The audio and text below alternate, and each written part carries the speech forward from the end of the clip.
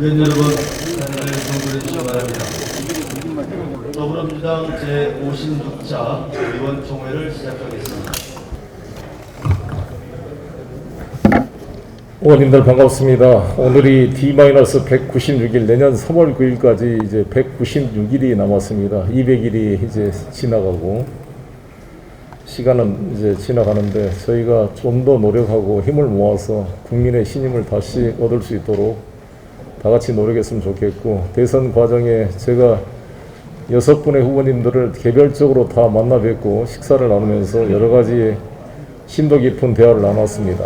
우리 민주당의 6분의 대선 후보님들은 또 그를 지지하는 의원님들 모두가 김대중, 노무현, 문재인의 가치를 공유하고 함께 어떤 지향점을 가지고 모인 동지적인 관계라고 봅니다. 일반 타당의 그냥 여기저기 공동의 경험이 부족한 상태에서 모인 외인부대 연합과는 근본적으로 차이가 있다고 생각합니다.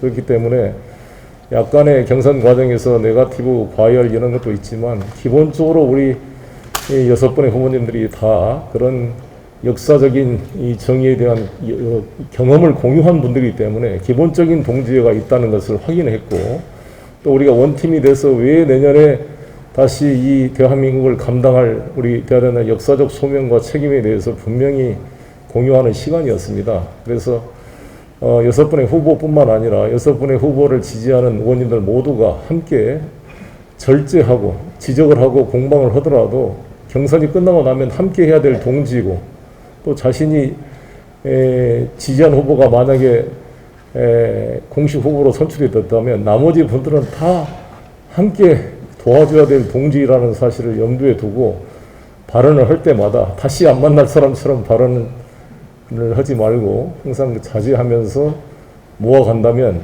상대 후보들은 너무 첨예하게 이질적인 것 때문에 이제 본편이, 우리는 예고편이고 이제 본 영화가 상영이 될 거라고 보여집니다. 그런 면에서 우리가 빨리 이제 후보가, 저는 한 달 먼저 결정되는 게 찬반 양로 있지만 장점으로 활용을 한다면 먼저 되면 경선 과정에는 모든 후보님들이 다 열성 지지자들을 의식해서 중도적인 발언을 하기 어렵고 중도층을 포괄하는 정책을 펴기가 쉽지가 않습니다. 후보가 결정되면 한 달 먼저 우리가 결정하게 될 텐데 그 기간 동안에 상처 입은 각 진영 간을 통합시킬 시간이 필요하고, 후보를 중심으로 일사불란하게 모여서 대통령님과 후보님과 당대표가 3자가 정말 힘을 합해서 집권 여당의 장점을 극도로 활용을 해서 하나하나의 정기국회에 대비해 나가고 국민들에게 책임 있는 그런 후보의 집권 여당다운 후보를 모습을 보임으로써 상대방은 치열하게 분열적인 싸움을 하고 있는 게 대비돼서 우리의 강점을 활용해 갈 수가 있고 중도를 포괄할 수 있는 그런 정책을 펼 수가 있지 않을까 이렇게 생각합니다. 여러 가지 코로나 어려운 상황이 있지만 우리의 그런 방역 능력으로 돌파해 갔으면 좋겠다는 말씀을 드리겠습니다. 그리고 오늘 새벽까지 법사위원회에서 고생을 했습니다. 야당 의원들이 불참한 가운데 논란이 됐던 CCTV 관련 법과 언론중재법이 통과됐습니다. 특히 언론중재법 관련해서는 우리 의원님들께서도 좀 걱정을 하시는 분도 계시고 저 전화도 받았습니다만 오늘 의총을 통해서 자세히 공유를 하고 논의가 됐으면 좋겠고요. 저는 야당 쪽에다가 필리버스터를 환영한다.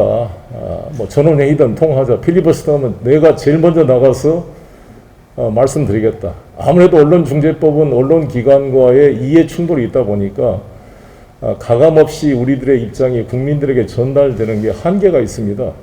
그래서 제가 지금 신문사 대표님들을 지금 순회 방문했습니다.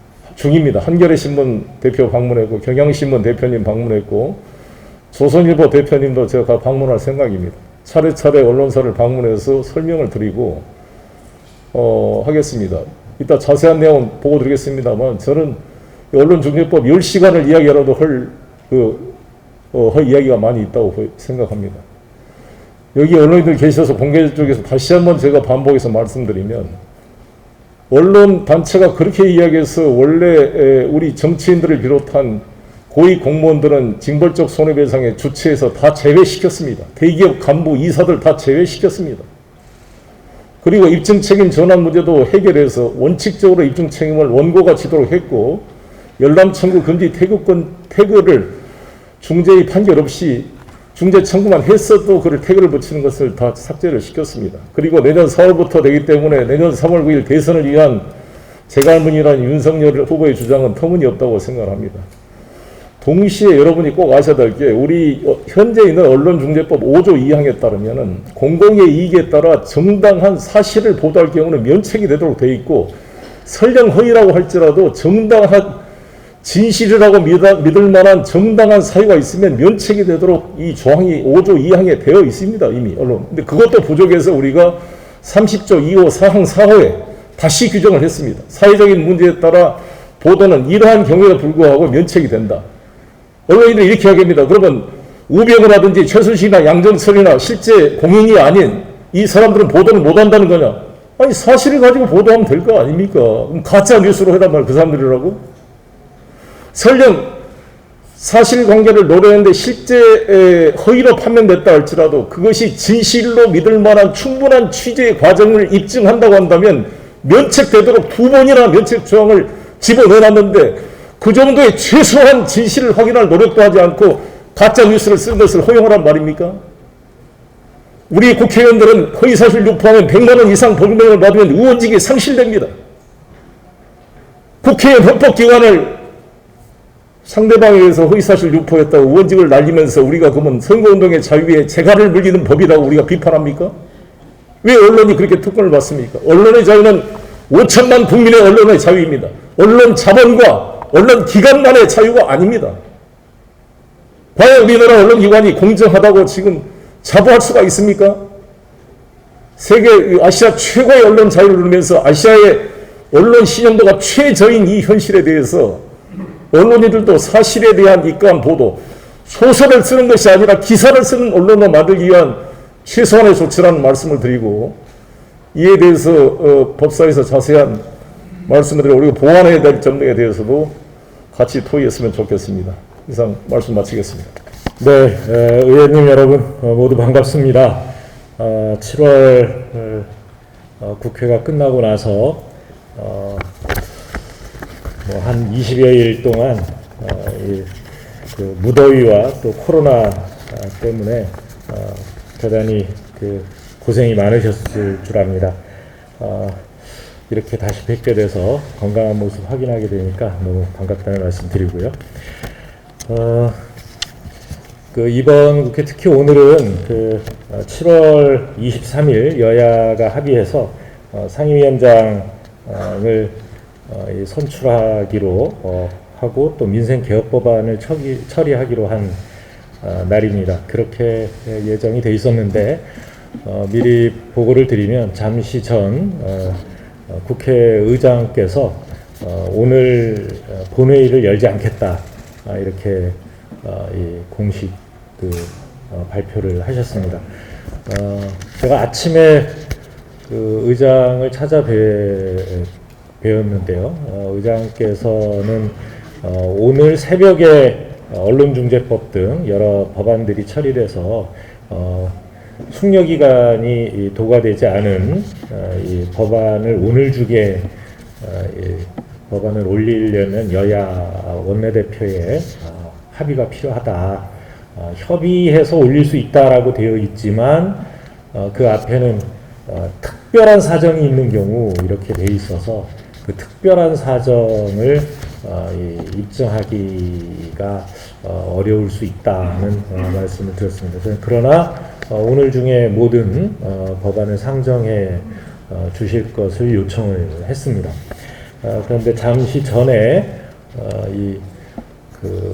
김기현 원내대표의 와의 면담을 통해서 김기현 원내대표는 오늘 이 법사위를 통과한 이 개혁 법안들을 이 본회의에 상정하는데 반대한다는 입장을 분명히 해서 그렇다면 오늘 본회의를 열지 않고 다시 여야가 본회의 일정을 잡아달라 이렇게 요청을 하셨다고 합니다. 잠시 후에 의총이 진행 중이지만 11시에 다시 의장과 여야 원내대표가 만나서 본회의를 언제 열지에 대해서 협의하도록 하겠습니다. 지금 17일부터 저희가 국회 8월 국회를 시작했으니까요. 오늘로 8일째를 맞고 있는데 8일 9일째가 됐죠. 9일째 맞고 있는데 열흘도 되지 않은 시간에 의원님도 정말 열심히 일을 해주셨습니다. 비록 이 야당의 반대 때문에 예결위 회의 일정이 잡히지 못하고 이제 결산 국회임에도 불구하고 8월 중에 결산 처리는 못합니다. 9월 넘어가서 곧 결산은 처리할 수 있으리라고 봅니다만 그 결산 국회임에도 불구하고 9일 동안 정말 엄청난 입법 성과를 내셨습니다. 하나하나 열거하기에도 힘든데 우리 당에서 8월 임시국회를 시작하면서 약 20개 정도의 중점 처리 법안을 선정해서 심의 통과시키자 이렇게 의원님들께 말씀을 드렸는데 그 중점 처리 법안으로 선정한 모든 법안이 법사위를 통과해서 본회의에 부의되었습니다. 이렇게 노력해 주신 모든 분들께 감사드리고 또 특히 오늘 새벽 3시 반, 4시 가까이까지 이 법안 처리를 위해서 애써주신 법사위원 여러분들께 심심한 감사의 말씀을 드립니다. 이 본회의에 8월 국회에 이제 부의된 그 법안들은 정말 엄청난 법들이 많이 있습니다. 특히 대표께서도 말씀하셨지만 언론의 가짜 뉴스에 대한 피해 구제법 이것은 두 번 말에 강조해도 강조할 필요가 없을 정도로 중요한 법이고요. 그뿐만 아니라 이 상임위원장 이 배분에 근거가 됐던 법사위의 권한을 체계자구 심사 권한을 축소하는 그리고 제한하는 국회법 개정안도 처리가 됐습니다. 또 거듭된 이 성범죄가 일어나고 있는데 이 군 사법제도의 일대 개혁을 하는 군사법원법 또 이 법원조직법 등이 또 처리가 됐고요. 우리가 종부세 부과 기준을 2%로 정했었는데 이 문제를 다룬 종부세법도 기재위를 통해서 처리가 됐습니다. 교육위가 굉장히 일을 많이 하셨는데 그동안 교육개혁 법안으로 거론되어던 3법이 있었고요. 사립학교법, 초중등교육법, 고등교육법 이렇게 있었고 그 다음에 코로나 위기를 맞아서 이 기초학력 보장법이나 디지털 원격교육법 이런 것들이 필요하다 했는데 이 법들이 모두 통과가 됐습니다. 또 구글 등 인앱 앱마켓 사업자들의 인앱 결제를 금지하는 이 전기통신사업법 개정안도 통과가 됐고 또 이 문체위에서 언론중재법뿐만 아니라 언론인 권리보장법 이것도 대단히 중요한 법입니다. 특히 코로나 때문에 이예술인 죄송합니다. 언론 하니까 언론인 권리보장도 필요하면 법이 필요하겠죠. 예술인 권리보장법도 처리가 됐고 또 그동안 6년 동안 국회 캐비넷에서 잠자고 있던 수술실 CCTV 설치를 하는 의료법 개정안 이것도 처리가 됐습니다. 그리고 이제 사회 서비스의 복지 서비스의 질을 높이는 사회 서비스원법, 또 환노위에서는 기후 위기에 대응해서 탄소 중립으로 가는 중요한 규정을 담고 있는 기후 위기 대응법 이런 것들이 전부 다 처리가 돼서 대단히 의미 있는 8월 국회를 저희가 하고 있다 이렇게 말씀을 드릴 수 있겠습니다.